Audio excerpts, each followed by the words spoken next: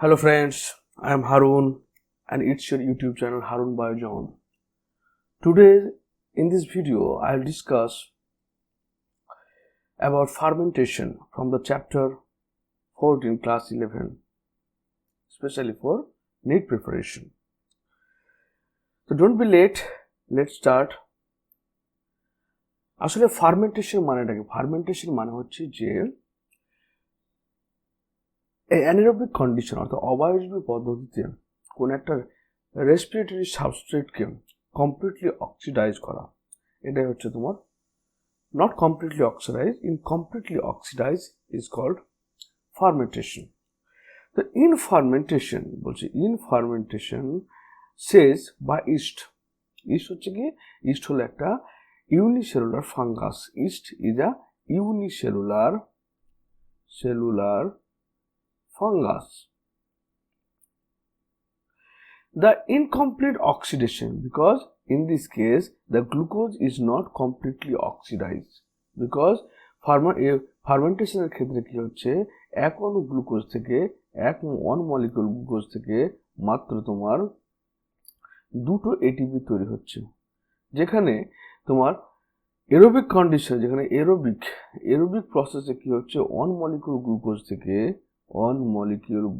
থেকে তোমার 38 এটিপি তৈরি হচ্ছে।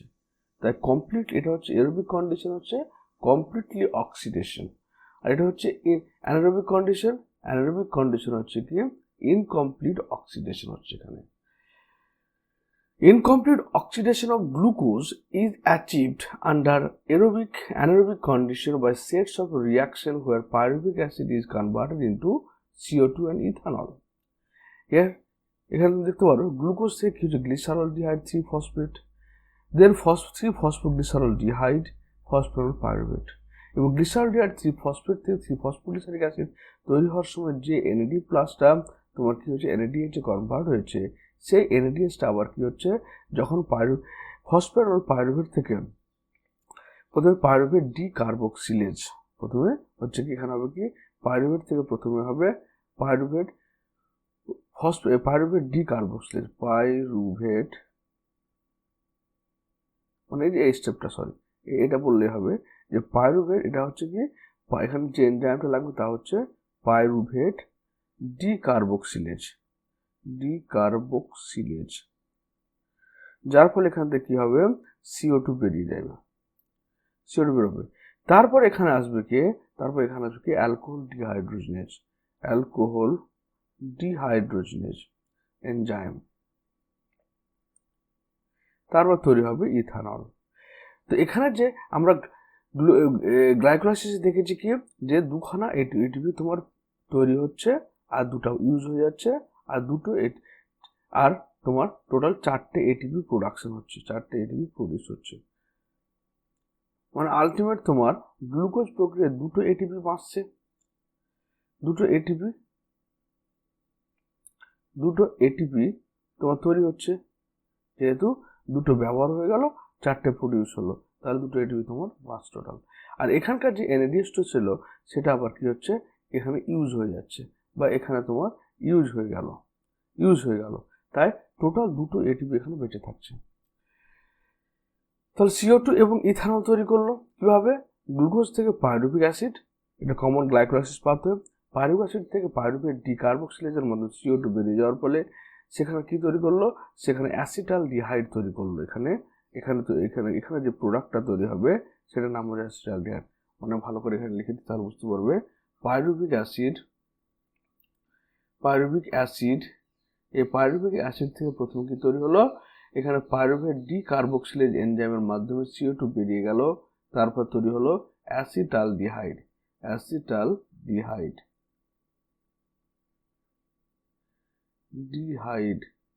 তারপর কি হলো, অ্যালকোহল ডিহাইড্রোজেনেজ এনজাইমের প্রেজেন্সে NADH plus H plus NADH plus H প্লাসটা ব্যবহার ফলে NAD প্লাস তৈরি হয়ে গেল, এবং এখান তৈরি হলো ethanol.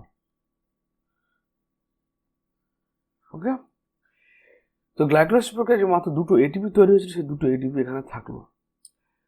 The enzyme pyruvic acid decarboxylase and alcohol dehydrogenase catalyzes reaction. তাহলে পাইরুভেট ডিকার্বক্সিলেজ আর অ্যালকোহল ডিহাইড্রোজেনেজ দুটো এনজাইম এই রিয়াকশনটা ক্যারি করছে। Others organisms like some bacteria produce lactic acid from pyruvic acid. Some lactobacillus lactis bacteria produce lactate in the presence of lactate dehydrogenase enzyme. তারপরে pyruvic acid থেকে lactic acid তৈরি হচ্ছে।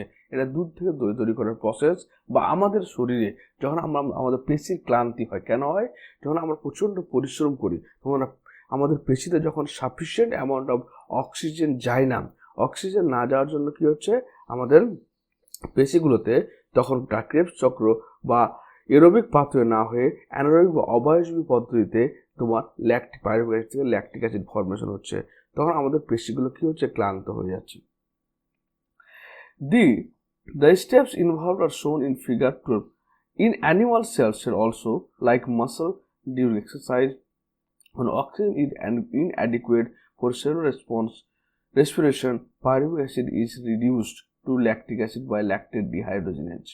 The reducing agent is NADH plus H plus, which is reoxidized to NAD plus. তাহলে আমাদের শরীরে যখন পেশির ক্লান্তি কখন হচ্ছে, আমরা টায়ার্ড কেন হয়, আমাদের পেশিগুলো টায়ার্ড কেন হয়? টায়ার্ড হওয়ার একমাত্র কারণ হচ্ছে যখন আমরা অতিরিক্ত এক্সারসাইজ করি, অতিরিক্ত খেলাধুলা করি, পেশিতে শ্বসন হওয়ার জন্য যে পরিমাণ অক্সিজেনের দরকার হয় সেই পরিমাণ অক্সিজেন যদি সাপ্লাই না হয় তাহলে পেশির মধ্যে কি হয়? বায়ুজীবী রেসপিরেশন না হয়ে, বায়ুজীবী শ্বসন না হয়ে অবায়ুজীবী শ্বসনের মাধ্যমে এই পাইরুভিক অ্যাসিড থেকে ল্যাকটেট ডিহাইড্রোজেনেজের মাধ্যমে ল্যাকটিক অ্যাসিড তৈরি হয়। ওই জন্য আমাদের পেশিতে কি হয়? ক্লান্তি হয়ে যায়। আবার কিছুক্ষণ যদি রেস্ট নেওয়া হয় তাহলে পেশিতে যখন সাফিসিয়েন্ট অ্যামাউন্ট অফ অক্সিজেন পৌঁছে যায় তখন আবার ল্যাকটিক অ্যাসিড ভেঙে গিয়ে পাইরুভিক অ্যাসিডে কনভার্ট হয়।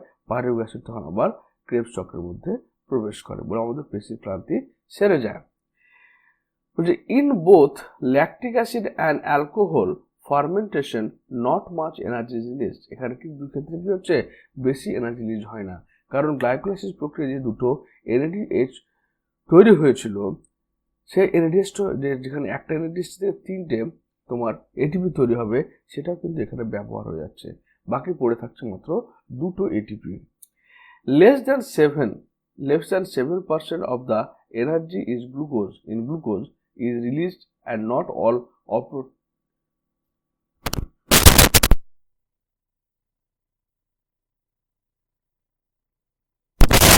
Less than 7%, গ্লুকোজের মধ্যে যে এনার্জি রয়েছে তার less than 7%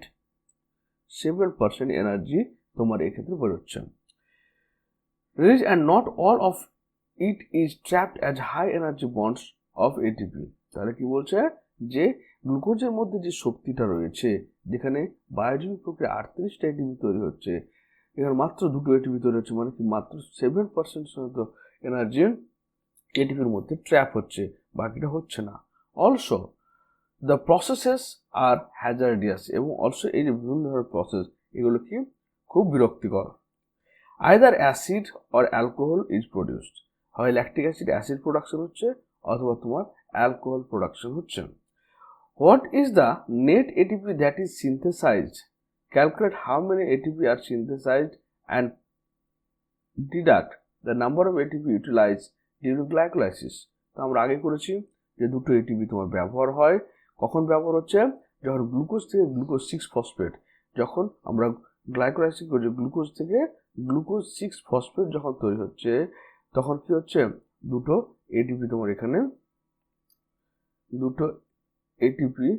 এখানে তোমার একটা ATP এখানে ADP তে কনভার্ট হচ্ছে একটা। আবার কি হচ্ছে? গ্লুকোজ 6-ফসফেট থেকে ফ্রুক্টোজ 6-ফসফেট তৈরি হলো, ফ্রুক্টোজ 6-ফসফেট তৈরি হলো। এই ফ্রুক্টোজ 6-ফসফেট থেকে যখন তোমার কি হচ্ছে? ফসফোফ্রুক্টোকাইনেজ এনজাইমের উপস্থিতি আবার কি ফ্রুক্টোজ 1,6-বিস-ফসফেট তৈরি হচ্ছে, তখন এখানে কিন্তু এটিপি ব্যবহার হয়ে গেল। ফ্রুক্টোজ 1,6-বিস-ফসফেট হলো, দুটো এটিপি ব্যবহার হয়ে গেল। এবার আমরা তৈরি হচ্ছে কি, আবার তুমি যখন পাইরুভেট কাইনেজের মাধ্যমে, ফসফেনল পাইরুভেট কাইনেজের মাধ্যমে পাইরুভিক অ্যাসিড তৈরি হবে, আবার আরেক জায়গায় তোমার দুটো এটিপি তৈরি হবে, 4টে এটিপি তোমার তৈরি হবে। টোটাল 4টে এটিপি তোমার তৈরি হবে, যার মধ্যে দুটো ব্যবহার হবে, বাকি দুটো বেঁচে থাকবে। Clear? When one molecule of glucose is fermented to alcohol or lactic acid, যখন এখান থেকে এক মলিকুল গ্লুকোজ কি ল্যাকটিক অ্যাসিড বা ইথানলে ফার্মেন্টেশন হবে অ্যানারোবিক কন্ডিশনে, তখন কত এটিপি তৈরি করবে? দুটো এটিপি তৈরি করবে। Yeast poisons themselves to death when the concentration of alcohol reaches about 30%. এই যে একটা সলিউশন যখন কল করে ইথানল অ্যাসিড বা অ্যালকোহলের প্রোডাকশনটা যখন 35%-এ পৌঁছায়, তখন অটোমেটিক তোমার কি হচ্ছে, ইস্টগুলো মারা যায়, বলে যা ওর চেয়ে বেশি অ্যালকোহল প্রোডাকশন করতে পারে না। What then would be the maximum concentration of alcohol in beverage that are naturally fermented? তাহলে যে প্রাকৃতিকভাবে যে অ্যালকোহল ফার্মেন্টেশন হয়, তাহলে 35%-এর বেশি ওখানে তোমার থাকবে না, অ্যালকোহল থাকে না, কারণ 35% বেশি হতে গেলে তো ইস্টগুলো মারা যায়। হাউ ডু ইউ থিঙ্ক, তুমি কীভাবে চিন্তা করবে, alcoholic beverage of alcohol content greater than this constant are obtained? How do you think alcoholic beverages of alcohol content, যে সমস্ত ওয়াইন বা অ্যালকোহলগুলোতে 35% বেশি অ্যালকোহল থাকে, তাদেরকে কিভাবে প্রস্তুত করা হয়?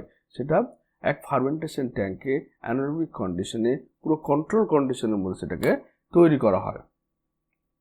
কিন্তু ন্যাচারালি যেটা প্রাকৃতিকভাবে যেটা তৈরি হবে, সেখানে 35% বেশি অ্যালকোহল থাকবে না, কারণ 35% বেশি অ্যালকোহলিক কন্ডিশনে ইথানল সার্ভাইভ করতে পারে না।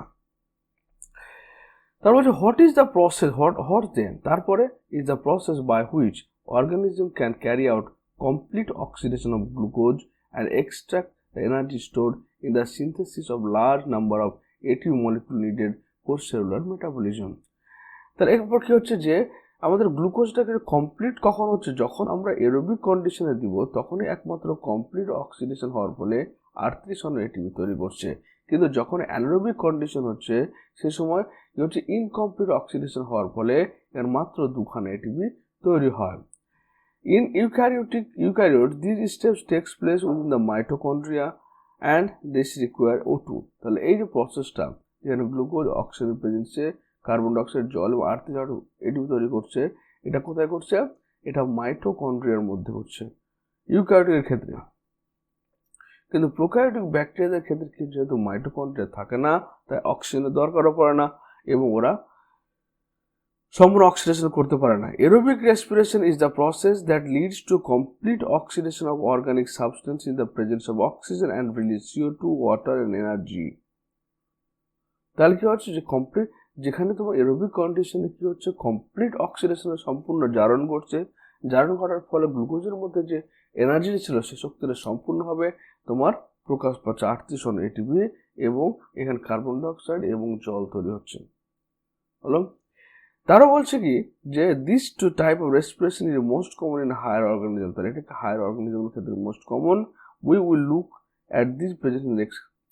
তাহলে কি হচ্ছে যে এখানে বললো আমাদের যে গ্লুকোজটা অ্যানারোবিক রেসপিরেশন বা ফার্মেন্টেশনের মাধ্যমে ইনকমপ্লিট অক্সিডেশন হওয়ার ফলে, ইনকমপ্লিট অক্সিডেশন কেন হচ্ছে, কারণ ওদের ক্ষেত্রে যেহেতু মাইটোকন্ড্রিয়া নেই, তাই এখানে অক্সিজেন রিকোয়ার্ড হয় না এবং এখানকার ক্রেবস সাইকেল বা ক্রেবস চক্রটা হয় না, বলে এদের কি হয়, কমপ্লিট অক্সিডেশন হয় না। কিন্তু এরোবিক রেসপিরেশনের ক্ষেত্রে সেখানে কমপ্লিট অক্সিডেশন হচ্ছে, যার ফলে 38 অণু এটিপি তৈরি করছে।